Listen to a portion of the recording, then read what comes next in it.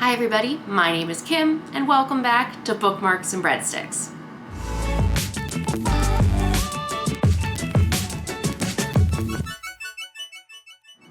Welcome back to Bookmarks and Breadsticks. My name is Kim, and I'm here to bring you foodie, bookish content, primarily in the food writing and nonfiction space, but I do dabble in fiction from time to time.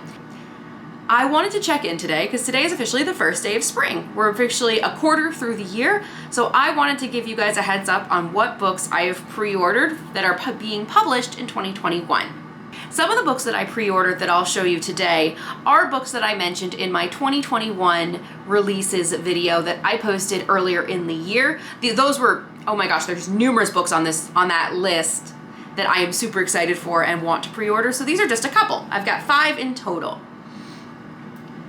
First up is the book Flamin Hot, The Incredible True Story of One Man's Rise from Janitor to Top Executive by Richard Montanez. This is, if you haven't figured it out, Flamin Hot is all about the birth of Flamin Hot Cheetos. I love a rags to riches story. I hope that's not, I think you could still say rags to riches as like an idiom or a cliche trope.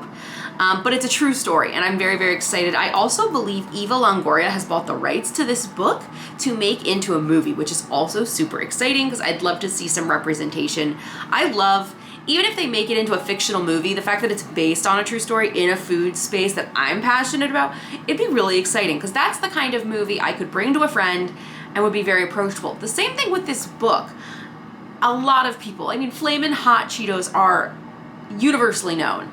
So this is a great book and memoir to recommend to people if they want to dabble more in the food writing space that I am passionate about. Obviously, I haven't read it yet, so I don't know if it's like a 4-star or a 5-star, but by just the cover, this is something that would hopefully get someone excited to read. I forgot to mention, Flamin Hot will be released in hardcover in July.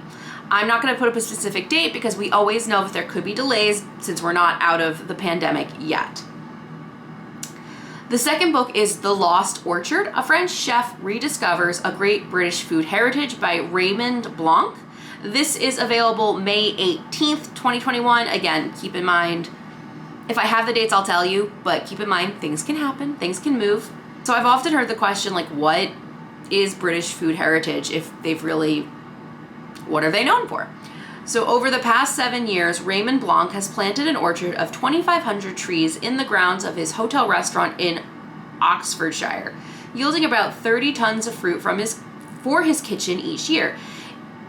It is full of ancient and forgotten varieties of British apples and pears, along with walnut trees, quince, medlars, apricots, nectarines, peaches, plums, damsons, and cherries. I don't even know what damsons are. A further 600 heritage fruit trees have been added to Raymond's home region of Franche-Comté in France. The Lost Orchard is a love letter to each of these varieties, complete with beautiful black and white drawings, photographs of Belmont-le-Manor, and fascinating information and anecdotes about each fruit, along with recipes and stories. I had no idea that there were actually native fruits to British territories, quite honestly, just how most people don't realize that the pawpaw is a native fruit to America. So I'm very excited to read this one. Third book is a book that came out last year, but I pre-ordered it in paperback. An Onion in My Pocket, My Life with Vegetables by Deborah Madison. This comes out August 17th of 2021. From the author of Vegetarian Cooking for Everyone, The Queen of Greens, a warm, bracingly honest memoir that also gives the insider's look at the vegetarian movement. Thanks to her beloved cookbooks and groundbreaking work as a chef at Green's Restaurant in San Francisco, Deborah Madison, though not a vegetarian herself, has long been revered as this country's leading authority on vegetables. She profoundly changed the way generations of Americans think about cooking with vegetables, helping to transform vegetarian from a dirty word into a mainstream way of eating. I'm actually really excited to read this memoir. I am not a vegetarian, but I do really work and have to actually work harder than I want to admit to incorporate vegetables and fruits into every single meal that I'm eating. And that's to get the macronutrients that I need as an athlete from a natural source versus taking a lot of supplements. So I'm very excited to see what Madison's point of view is, what her memoir is like, and maybe I'll learn some really good recipes in the back. I don't have an issue with recipes at the end of chapters and memoirs. I do always say on this channel that food books are not cookbooks, and there are cookbooks that have the author, the chef, adds personal experiences, but those personal experiences usually take a back seat to the recipes. What I like about memoirs is it's storytelling first, but maybe within that story or that chapter they're referencing a specific dish, they can add the recipe at the end. I prefer that format much more than a cookbook. Next book that also came off of my 2021 anticipated list is Crying in H Mart by Michelle Zauner. Excuse me if I said that wrong. This comes out April 20th, so only a month away. I pre-ordered this one through Barnes & Nobles because it's signed, and yes, I do love having signed books. A little bit about this book. It's her memoir. It's a memoir, obviously, and from indie rock star of From the indie rock star of Japanese breakfast fame, the author of the viral 2018 New Yorker essay that shares the title of this book, an unflinching, powerful memoir about growing up Korean American, losing her mother, and forging her own identity. So I love that this is a voice and an area of food that I don't know a lot about. I'll admit that I don't know a lot about Korean cuisine. I have tons of these books about the topic on my wrapped TBR list, so I'm sure these books are going to come up as I unwrap over the next couple of months. Very excited for this memoir. I'm going to have to look up that 2018 article from the New Yorker. I love having the context that catapults people and their careers, so I'm going to have that. I might actually bring it up to the Feasting Females group that I talk to. If you haven't already seen our live show that we did last in mid-March, I'm going to say mid-March because I don't know when this video is going to go up. I'll link it. We're looking for topics for our next live chat, and we're not sure if we want to buddy read yet, because a buddy read is a big commitment, but maybe this article would be a great kicking off point, and then for those viewers or even my friends that are interested, they can go pick up this book. So I'm going to make a note of that. I'm literally making a note of it. Like, you think I'm kidding. I'm not. Okay, and the last book on my pre-order list that I actually didn't anticipate at all, but I found out about and freaked out is a memoir by Stanley Tucci. Stanley Tucci, I fell in love with Stanley Tucci for his roles in The Devil Wears Prada and Julie and Julia, but he's a fantastic actor. His memoir, Taste, My Life Through Food, comes out October of this year, right after my birthday. I'm October 4th. This book is scheduled to be launched October 12th.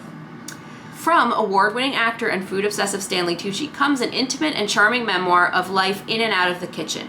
Stanley Tucci grew up in an Italian-American family that spent every night around the kitchen table. He shared the magic of those meals with us in The Tucci Cookbook and The Tucci Table, and now he takes us beyond the savory recipes and into the compelling stories behind them.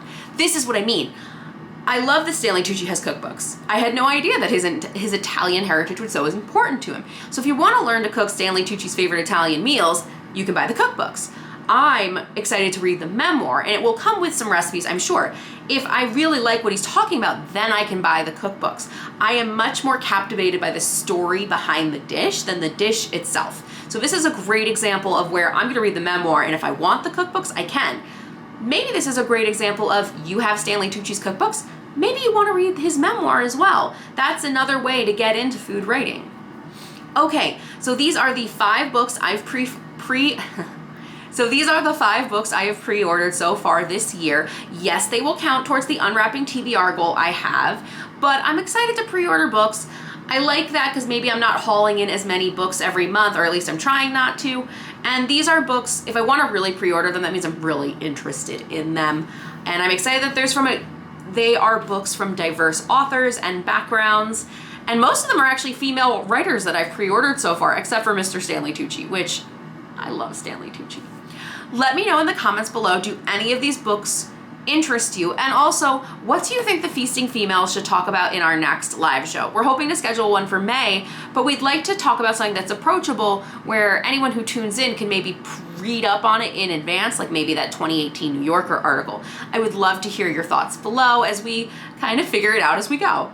If you haven't already, I would love for you to hit like and subscribe and join my foodie bookish community. I also have links below to some of my favorite reading lists, on bookshop.org and my Amazon wish list.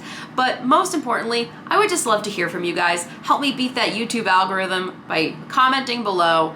And I hope to see you in the next video. Stay safe, wear a mask, and I'll see you in the next one. Bye.